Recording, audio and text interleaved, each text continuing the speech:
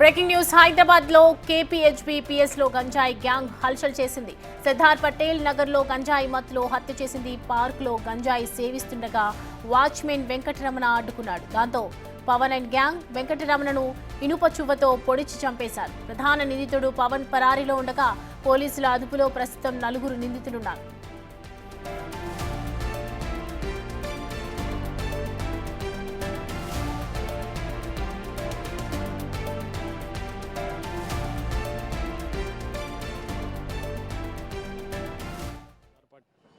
ఇక్కడ మన సర్దార్ పటేల్ నగర్లో ఒక మర్డర్ అయ్యింది అని చెప్పేసి ఇమ్మీడియట్గా వాళ్ళ team Srilatha SI night incharge DI Yadaiah వీళ్ళంతా వచ్చారు. తెలుసుకుంటే ఏమైంది అంటే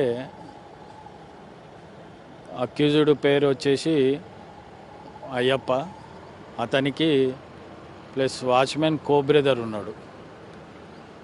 కో బ్రదర్కు వాళ్ళ ఇల్లీగల్ కాంటాక్ట్స్ ఉన్నాయని తెలుస్తుంది. ఇంకా ఇన్వెస్టిగేషన్లో ఉన్నది.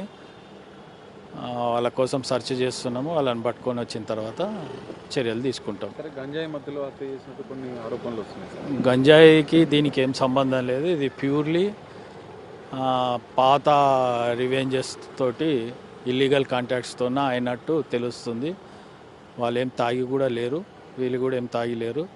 వీళ్ళు భోజనం చేసి కూర్చున్నారు. వాళ్ళు బీరో ఏదో తాగుతున్నారని శబ్దం వస్తే వాళ్ళు అడిగితే కొట్లాట అయ్యిందని తెలిసింది.